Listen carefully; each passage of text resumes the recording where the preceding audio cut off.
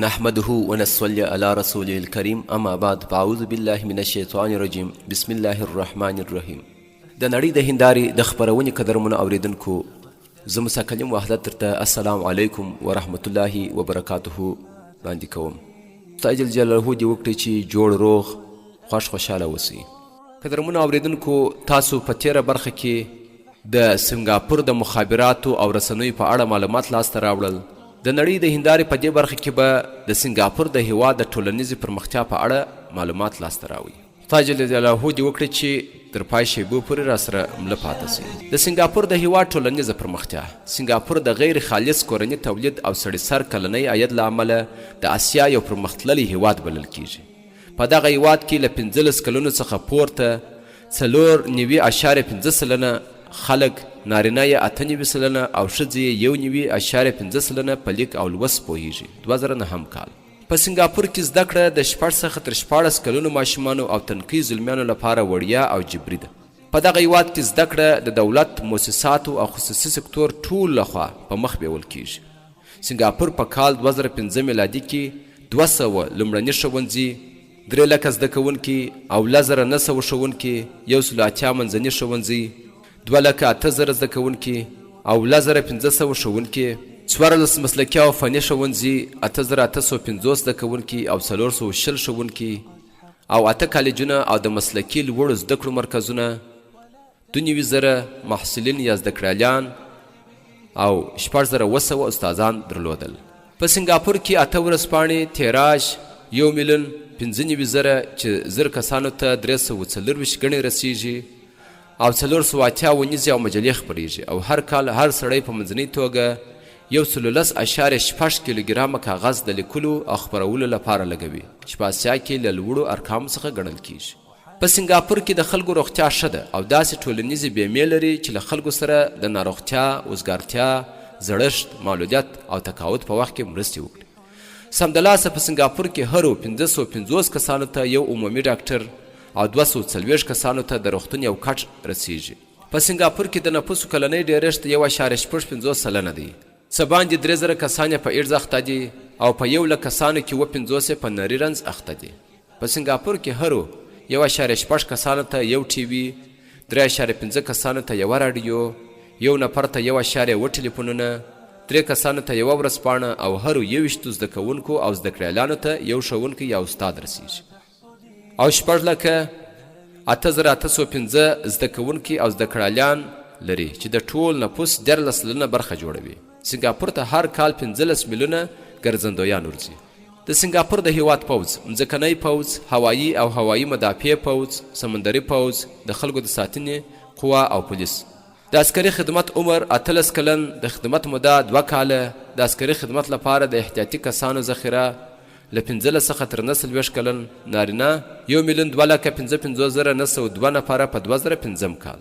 د عسکري خدمت وړ کسان د 15 تر 29 کلن، نارینه 1,08,819 نفره. د هغو ځوانانو شمیر 4 کال عسکري عمر ته رسیږي 2,098 نفره. په غیر خالص کورني تولید کې د عسکري لګښت ونډه 4.9 سلنه. د سنګاپور د هیواد نړیوالې لانجې. سنګاپور له مالیزیا سره د 2 ټاپوګانو د مالکیت پر سر لږ لانجه لري. نړیواله محکمه په تیر 3 کلونو کې په دې موضوع کار کوي.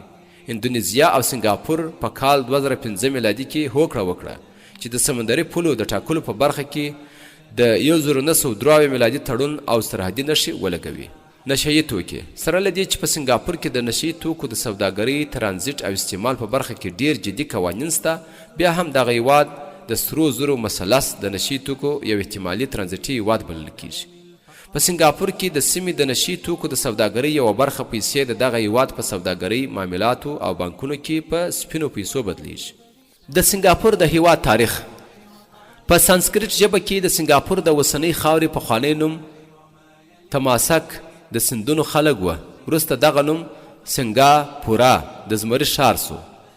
د سنګاپور اوسنۍ ښار په کال 1209 میلادي کې جوړ شوی و، خو پیښو داسې پراختیا ومونده چې دغه ښار 100 کاله وروسته وران سو. سنګاپور په کال 1819 میلادي کې د انګلیسانو لاسته ورغی. په لیرې ختیځ کې د انګلیسانو سره سمندري اډه پکښې جوړه سوه او تامس استانفورد د انګلستان د ختیځ هند د کمپنۍ مرکزي دفتر په دغه ټاپو کې پرانیست.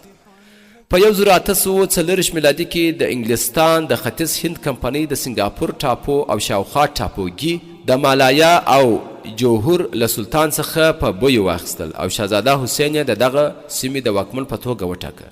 له دې وروسته دومره چینایي مهاجرین سنګاپور ته راغلل چې د سیمې پخواني اوسېدونکي په یوه لږکي قوم بدل کړل.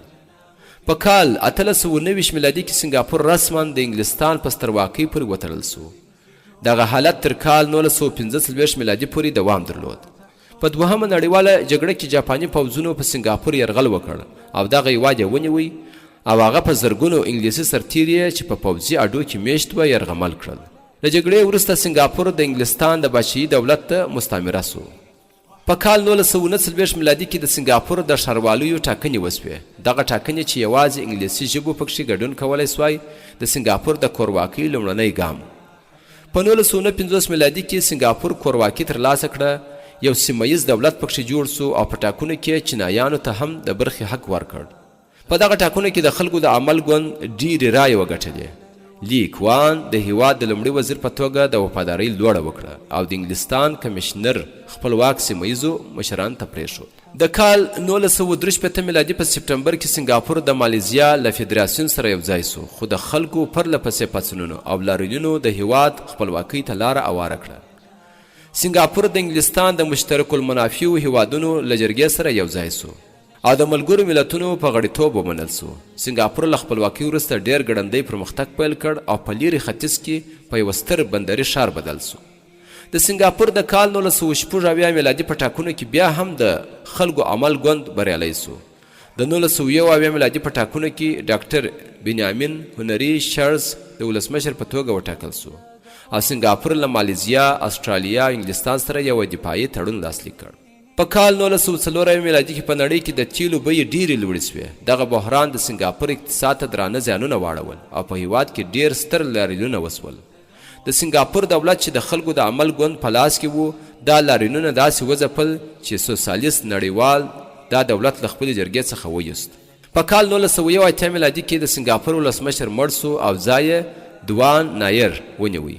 په کال 1909 میلادي کې د سنګاپور لومړی وزیر لی کوان یو له 10 کاله کار څخه وروسته مستعفي سو او ځای یې مرستیال ګوچوک تونګ ونیوی. د سنګاپور د کال 1903 میلادي په ټاکنو کې وونګ تونګ چونګ د هیواد د ولسمشر په توګه وټاکل سو. په کال 1909 میلادي کې د لیرې ختیځ د سیمې وچکالۍ د سنګاپور کرنې او د ګرځندویانو صنعت ته ډېر زیان ورساوه او د اندونیزیا د ځنګلونو د اور دود د سنګاپور اسمان تیاره کړ. د دغه پیښې له امله د سنګاپور ډېر ښوونځي وتړل سول او الوتنې وځنډېدې. د سنګاپور د کال 1909 میلادي په ټاکنو کې بیا هم د خلکو عمل ګوند بریالی سو او ولسمشر یې وټاکه. د کال 2004 میلادي د اګست په 12 لی اسن لونګ د دغه هیواد لومړی وزیر سو. هغه مالی بحران چې د کال 2008 میلادي په پای کې په امریکا کې پیل سو د سنګاپور په اقتصادي پرمختګ او ثبات ډېره بده اغیزه وکړه. خو د حکومت د ګټورو تګلارو له امله دغه حالت کنټرول سو او اقتصاد د 2009 میلادي له نیمایي څخه بیا ښه او ورو پرمختګ پیل کړ. له افغانستان سره د سنګاپور سیاسي اړیکې. د افغانستان د بهرنیو چارو وزارت په کتاب افغانستان او نړۍ او آسیایي او افریقایي هیوادونو کې د سنګاپور ذکر نسته او داسې ښکاري چې د دې دواړو هیوادونو ترمنځ سیاسي اړیکې نسته. خو یو شمېر افغاني تاجران سنګاپور ته ځي، هلته دفترونه لري او مالونه اخلي. د نړۍ د هندارې د خپرونې قدرمنو اوریدونکو، اوس د آسیایي هیوادونو له جملې څخه یو بل هیواد سوریه، د سوریه په اړه له تاسو سره معلومات شریکوو. سوریه د نوم لنډیزې SY، رسمي نوم یې د سوریې عربي جمهوریت، نړیوال نوم یې سیریا، سیمه ییز نوم یې الجمهوریه عربیه سوریه. د سوریه د هیواد طبیعي جغرافیایي موقعیت، ختیځه نیمه کره، شمالي نیمه کره. سوریه د آسیا په جنوب لویدیځ کې د مدیترانې په وروستنۍ ختیځه څنډه کې د منځني ختیځ او د عربي منځني ختیځ د هیوادونو په ډله کې د شمالي ارض البلد د 2.5 او 1.5 درجو او د ختیځ طول البلد د 4 او 40 درجو ترمنځ موقعیت لري. مساحت 1,50,180 کیلومتر مربع یا 1,498 میله مربع، په نړۍ کې 83م هیواد. وچه یې 1,03,610 کیلومتر مربع او اوبه یې 1,550 کیلومتر مربع. څلور خواوې: شمال ته ترکیه 822 کیلومتره، جنوب ته عراق او هاشمي اردن 315 کیلومتره، ختیځ ته عراق د جنوبي پولې په ګډون 605 کیلومتره، لویدیځ ته اسرائیل 80 کیلومتره، لبنان 315 کیلومتره او د مدیترانې سمندرګۍ 193 کیلومتره موقعیت لري. په وچه کې د سوریې د پولو ټول اوږدوالی 2253 کیلومتره دی. دغه هیواد له اوبو سره 193 کیلومتره پوله لري. غرونه یې ابورجمین د هیواد په منځنیو برخو کې جبل دروز، په جنوب کې جبل کورداغ، جبل نصیر، جبل اکراد، د سنجار د غرونو لړۍ، په ختیځ کې جبل شرق، علوبین، بشری او عبدالعزیز. لوړې څوکې هرمون 2814 متره، مهم سیندونه یې فرات 600 کیلومتره، چی 50 کیلومتره په سوریه کې بهیږي. خابور، العاسی، دجله، کویک، اکرین، یدموک، بلیخ، ساجر او السن. د سوریه د هیواد اقلیم د سوریه د لویدیځو سیمو هوا مدیترانه‌یي ده، په دوبي کې تود او ژمي معتدل دی، او د ختیځو برخو هوا دښتي، دوبي وچ او ډیر تود او ژمی تود دی. د سوریې په ختیځو سیمو کې کلنی ورښت 10 انچه او په ساحلي برخو کې 10 انچه ثبت شوی دی. په دوبي کې د دغه هیواد د ختیځو سیمو د تودوخې درجه د سانتیګراد د 50 درجې او د ژمي تر 0 جګه وي. د دمشق هوا تر 40 درجې پورې رسیږي. د سوریې ورښت زیاتره د دسمبر او مای په میاشتو کې وي. د سوریې د هیواد نوري جغرافیایي ځانګړتیاوې. سوریه د طبیعي جوړښت 5 برخې لري. لومړی ساحلي سیمې چې یو لړ ټیټو غرونو کلابندي کړي دي. د طرابلس په لور یا ختیځې خواته پراختیا مومي او د کرنې وړ دي. دوهم په لویدیځ کې د کورداغ، النصیر، الاکراد غرنۍ سیمې چې ورښت یې ډیر دی، او دې غرونو د سوریې نورو برخو ته د مدیترانه‌یي بادونو مخه نیولې ده. دریم د هیواد په منځنیو برخو کې د رفت اوارې مځکې چې د العاسی سیند یې خړوبوي. د دې سیمې د العاسی د ښار په څنګ کې د بعلبک د لرغوني ښار نښې نښانې له ورایه ښکاري. څلورم د ټیټو غرونو ختیځ لړۍ. د سلب نامتو ښار چې د عراق، ترکیې او فلسطین د تجارتي لارو د پیوستون ځای دی په همدې سیمه کې پروت دی. او پنځم د سوریې لوړې برخې یا ختیځ ډاګونه. د سوریې ډیرې ختیځې برخې د عراق د بادیه الشام سره د ګاونډیتوب په توسن د استوګنې وړ نه دي. د دغه هیواد د خلکو ګڼه ګوڼه په لویدیځو او جنوب لویدیځو سیمو کې زیاته ده. د سوریې په 11 ځایونو کې ولاړې اوبه شته. تبریه د اسرائیلو په جنوب ختیځ کې د دغه هیواد او سوریې ترمنځ لږ سرحدي پوله جوړوي. له پاتې 10 ولاړو اوبو څخه 6 د سلب، 1 د حمص او 3 د دمشق په ولایت کې موقعیت لري. د فرات ستر سیند د فرات په ولایت کې بهیږي. سوریه د الا دیولیا د ولایت له لارې له مدیترانې او بیا د نړۍ له نورو اوبو سره لار لري. په ټولیزه توګه د سمندر له سطحې څخه د سوریې ډیره ټیټه سیمه لیک تایبریاس ته نږدې یو بې نومه ځای دی چې 200 متره، او تر ټولو جګه سیمه موند هرمون 2814 متره لوړوالی لري. د سوریې د هیواد سیاسي او بشري جغرافیه. پلازمینه یې دمشق، نفوس یې 2,05,000 نفره په 2010 کال. ټول نفوس یې 22,05,950 2011 کال جولای. د سوریې د هیواد اداري ویش. سوریه د اداري ویش له پلوه په 14 ولایتونو محفظه ویشل شوې ده: الحسکه، الزقیه، القنیطره، عرقه، اسویده، درعا، دی ازور، دمشق، حلب، حمص، ادلب، حما، ترتوس او ریب دمشق. د ټولو ولایتونو مرکزونه هم په همدې نومونو یادیږي: نژاد سپین پوستې سامي عرب 90 سلنه، کرد، ارمني او نور 10 سلنه. ژبه یې عربي رسمي، کردي چې په عربي لیکل کیږي، ارمني، ارامیک، فرانسوي او انګلیسي. لیک عربي. دین او مذهب اسلام 90 سلنه، سني 4 سلنه، علوي او دروز 14 سلنه، مسیحي 9.7 سلنه، یهود په دمشق او الیپو کې او نور 0.3 سلنه. د سوریې د حکومت ډول جمهوریت له کال 1963 میلادي څخه راپدېخه پوځي ډوله رژیم. د سوریې اساسي قانون د کال 1903 میلادي د مارچ په 14 تصویب شوی دی. په کال 2000 میلادي کې په دغه قانون کې لږ بدلونونه راغلل. د ولسمشر عمر له 40 څخه تر 15 ته ټیټ او په دې توګه اوسنی ولسمشر ته د کاندیدۍ حق ورکول کیږي. د سوریې د قضایي نظام په سر کې د قانون جوړولو عالي محکمه ځای لري چې قاضیان یې د 4 کلونو لپاره د ولسمشر لخوا ټاکل کیږي. سوریه د قضا عالی شورا، د تمیز عالی محکمه او د دولتي امنیت محکمه لري.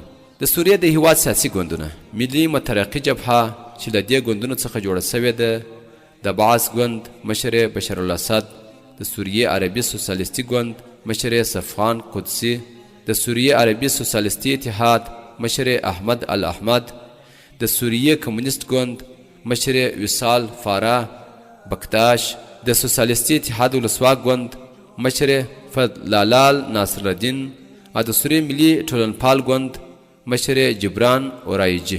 د سوریې د هیواد د فشار ډلې ملي ولسواکه جبهه مشر حسن عبدالعظیم، د سوریې کمونیست ګوند اوس د خلکو ولسواک ګوند مشر عبدالله هوشا، د کردانو ولسواک اتحاد مشر اسماعیل عمر، د کردانو ولسواکه جبهه مشر عبدالحمید درویش، اخوان المسلمین په لندن کې جلاوطنه مشر صدرالدین بیانونی، د اصلاح ګوند مشر فرید القادری. دا د امریکا او اسرائیل پلوي ګوند دي چې په سوریې کې پلویان نه لري او مشران یې بهر اوسیږي. په یو ان کې د غړیتوب نیټه 1945 میلادي د اکتوبر 24مه، د خپلواکۍ ورځ د کال 1946 میلادي د اپریل 18مه د فرانسې تر ادارې لاندې د ملتونو د ټولنې له قومیت څخه ملي رخصتي د اپریل 18مه. ملي بیرغ درې مساوي افقي ټوټې پاسنۍ سره منځنۍ سپینه او لاندې توره. د دغه هیواد د بیرغ په منځنۍ سپینه برخه کې 2 شنه 5 کنجیزه شنه ستوري موقعیت لري. د سوریې د هیواد اقتصادي جغرافیه عمومي کتنه د سوریې د صنعتي کېدلو لپاره د دغه هیواد دولت له پرلپسې سره اوس هم یو کرنیز هیواد دی. د لبنان او ترکیې سرحدي سیمې د کرنې بډایه مځکې لري. ستروس میوې، زیتون، پنبه او تنباکو د دغه مځکو مهم حاصلات بلل کیږي. په کال 1970 میلادي کې د سوریې د اوبو بندونو 9 میلیارد مکعب متره ظرفیت درلود. په داسې حال کې چې دا شمیر په 2007 میلادي کې 19 میلیونه متره مکعب ته جګ شوه. د سوریې دولت په دغه هیواد کې د اوبو د بندونو او د برېښنا د تولید په بنسټیزو پروژو کې ډیره پانګه کړې ده. په کال 2000 میلادي کې بشر الاسد د خپل هیواد د ټولنیز اقتصادي پرمختګ 5 کلن پلان وړاندې کړ. دغه پلان سترې موخې دا وې: د پانګونې زیاتول، په بانکي سیستم کې سمونه، د بورس بازار جوړول، د ټولنیز عدالت پیاوړي کول، د وزګارتیا کمول، د سوداګرۍ له نړیوالو مرکز سره یوځای کېدل، د صادراتو هڅول، اداري اصلاحات او د قانونیت پیاوړي کول. د بشر الاسد په مشرۍ د سوریې واکمنۍ هڅه وکړه چې غیر نفتي تولیدات زیات کړي. په کال 2002 میلادي کې دا رقم 15.6 بیلیونه ډالر و چې په 2007 میلادي کې 10.1 بیلیونه ډالر ته جګ شو. دغه مهال په سوریې کې د بهرنۍ پانګونې اندازه 2.6 بیلیونه ډالر ته ورسېده چې ښه پرمختګ بلل کیږي. په کال 2000 میلادي کې تیلو د سوریې په صادراتو کې 80% ونډه درلوده، په داسې حال کې چې دا سلواله په 2006 میلادي کې 40% ته ټیټه شوه. سوریه 14.4 بیلیونه بیلره تیل لري چې د ایستلو د اوسنۍ اندازې له مخې په کال کې 1.8 میلیونه بیلره تر 90 کاله پورې دوام مومي. د صنایعو سکتور د سوریې په اقتصاد کې ښه ونډه لري. د دغه هیواد سپنډسین تار، ټوکران، جامې، خوراکي مواد او کیمیاوي توکي د کورنیو اړتیاوو پر پوره کولو سربیره عربي او اروپایي هیوادونو ته صادریږي. په سوریې کې دروند صنعت، وسپنه، پولاد او سیمنټ په دولت پورې اړه لري. څو منځنۍ او کوچنۍ فابریکې د زیتون پروسس، ټوکران، تار، یخچال، فریزر او نور د خصوصي سکتور دي. سوریه د فاسفیټو، مالګې او مرمر سترې زیرمې لري. لنډه دا چې کرنه اوس هم د سوریې د اقتصاد پیاوړی سکتور دی. صنعت پراختیا مومي، د اوبو ککړوالی ډیریږي، خصوصي پانګه اچونه د کرنې، انرژي او صادراتي سکتور اصلي کولو ته لاره پرانیزي. که د مارکیټ او بیې ستونزې نه وي، د تیلو تولید او نړیوال مارکیټ ته د دغه هیواد د غیر نفتي سکتور د ننوتلو پروسه بریالۍ روانه ده. د سوریې د ګوتو په شمار اقتصادي بنسټونه، زاړه تکنالوژیکي اساسات او د ښوونې او روزنې کمزوري سیستم دغه هیواد ته د راتلونکي اقتصادي ټکانونو په وجه زیان رسولی دی او له ګاونډیو هیوادونو لکه اسرائیل او اردن سره د سیالۍ مخې نیولې ده. د کال 2011 میلادي له پیله په سوریې کې لاریونونه او خورې ورې جګړې روانې وې. داسې ښکارېدل چې د مصر، تونس، یمن، لیبیا، بحرین پیښو د سوریې په خلکو هم اغیزه کړې او ډېر خپلواکي او پرمختګ غواړي. دې پیښو د سوریې پر اقتصادي وضع ډېر ناوړه اغیز کړی چې اثرات به په راتلونکو کلونو کې ولیدل سي. غیر خالص کورنی تولید 1.4 بیلیونه ډالره په 2010 کال. د غیر خالص کورنی تولید کلنۍ وده 3.2 سلنه. د سړي سر کلنۍ عاید 4800 ډالره. د غیر خالص کورنی تولید سکتوري جوړښت کرنه 12.1 سلنه، صنعت 22.3 سلنه او خدمات 55.1 سلنه. انفلاسیون 4.4 سلنه. دا رقم په کال 1990 میلادي کې له 15 څخه تر 25 سلنه پورې ولاړی. د کار ځواک 15.35 میلیونه نفره، کرنه 12 سلنه، صنعت 14 سلنه او خدمات 18 سلنه په 2008 کال. وزګارتیا 8.3 سلنه. هغه کورنۍ چې د فقر تر کرښې لاندې ژوند تیروي 11.9 سلنه. بودیجه عواید یې 12.9 بیلیونه ډالره او لګښتونه یې 14.9 بیلیونه ډالره په 2010 کال. د سوریه د هیواد صنعت وسپنه، پولاد، د تیلو ایستل او چاڼ، سپنډسین تار، ټوکران، جامې، خوراکي مواد او څښاک، سګریټ، ګوګړ، سمنټ، سرامیک، صابون، چرمي شیان، بوټان، پلاستیک کباب، د فاسفیټو ایستل او پروسس، تنباکو، سګریټ، د کوچنیو موټرانو مونتاژ، لاسي صنعت او نور. د صنعتي تولیداتو کلنۍ وده یې 6 سلنه. د برېښنا تولید یې 14.50 بیلیونه کیلو واټه په ساعت کې. له اومو تیلو 50 سلنه او له اوبو 43 سلنه. لګښت 28.9 بیلیونه کیلو واټه په ساعت کې په 2009 کال. د تیلو تولید 4,400 بیلره په ورځ کې 2009 کال. د تیلو لګښت 2,15,000 بیلره په ورځ کې. د تیلو زیرمه 2.5 بیلیونه بیلره په 2010 جنوري کې. د غاز تولید 4.04 بیلیونه مکعب متره په کال 2008 کې. د غاز لګښت 4.8 بیلیونه متره مکعب کال 2008. د غاز زیرمه 240.8 بیلیونه متره مکعب په 2010 جنوري کې. کرنه د سوریې 25 سلنه خاوره د کرنې وړ ده. د دغه هیواد 43 سلنه خاوره څړځایونو، 3 سلنه ځنګلونو او 22 سلنه پاته غرونو، دښتونو، سیندونو، ښارونو او د استوګنې کلیوالو سیمو نیولې ده. سمدلاسه د سوریې 2130 کیلومتره مځکه کرل کیږي. د دغه هیواد 12 سلنه خلک د کرنې په سکتور کې په کار بوخت دي او د هیواد 12.1 سلنه غیر خالص کورنی تولید له کرنې لاسته راځي. غنم، پنبه، اوربشي، تنباکو، زیتون، جغندر، غوښه، شیدې، هګۍ، ستروس، میوې، سابه او شنه واښه، لبنیات د دغه هیواد مهم کرنیزه محصولات بلل کیږي. د سوریې د هیواد څاروي غویانه 1.2 میلیونه، بوزې 1.6 میلیونه، پسونه 22.9 میلیونه او چرګان 4.5 میلیونه په 2009 کال. د سوریې د هیواد مهم کانونه: تیل، طبیعي ګاز، فاسفیټ، وسپنه، کروم، نکل، منګنیز، سرب، مالګه او تعمیراتي قیمتي ډبرې. د سوریې د هیواد صادرات ټول به یې 11.8 بیلیونه ډالره په 2010 کال. تیل او نفتي محصولات 40 سلنه، غنم، پنبه، ټوکران او جامې 14 سلنه، خوراکي توکي او ژوندي څاروي 14 سلنه، استهلاکي شیان او کوچني ماشینونه 6 سلنه په 2000 کال. د صادراتو په برخه کې غټ تجارتي شریکان ایټالیا 4.1 سلنه، المان 9.2 سلنه، فرانسه 5.4 سلنه، ترکیه 10 سلنه، لبنان 12.1 سلنه، اسپانیا 6 سلنه، عراق 1.4 سلنه، مصر 5.2 سلنه او سعودي عربستان 5.2 سلنه په 2009 کال کې. واردات 15.4 بیلیونه ډالره په 2010 کال.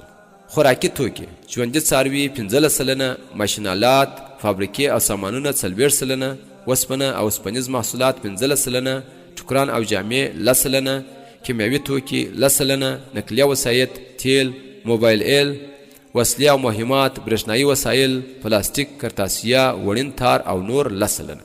د وارداتو په برخه کې غټ تجارتي شریکان اوکراین 4.8 سلنه، ایټالیا 4.9 سلنه، جنوبي کوریا 4.1 سلنه، ترکیه 1 سلنه، لبنان 4.1 سلنه، سعودي عربستان 10.1 سلنه، چین 10.8 سلنه، روسیه 4.2 سلنه، مصر 4.1 سلنه، عربي متحده ایالات 5 سلنه او ایران 4 سلنه.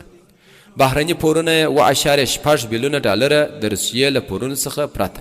2009 د نړۍ د هندارې د خپرونې قدرمنو اوریدونکو، تاسو د نړۍ د هندارې په دې برخه کې د سوریې د هیواد د اقتصادي جغرافیې په اړه معلومات لاسته راوړل. د نړۍ د هندارې په راروانه برخه کې به د سوریې د هیواد د ترانسپورټ په اړه له تاسو سره معلومات راپیلوو. پر همدې ځای اجازه راکړئ د خدای په امان. السلام علیکم ورحمة الله وبرکاته.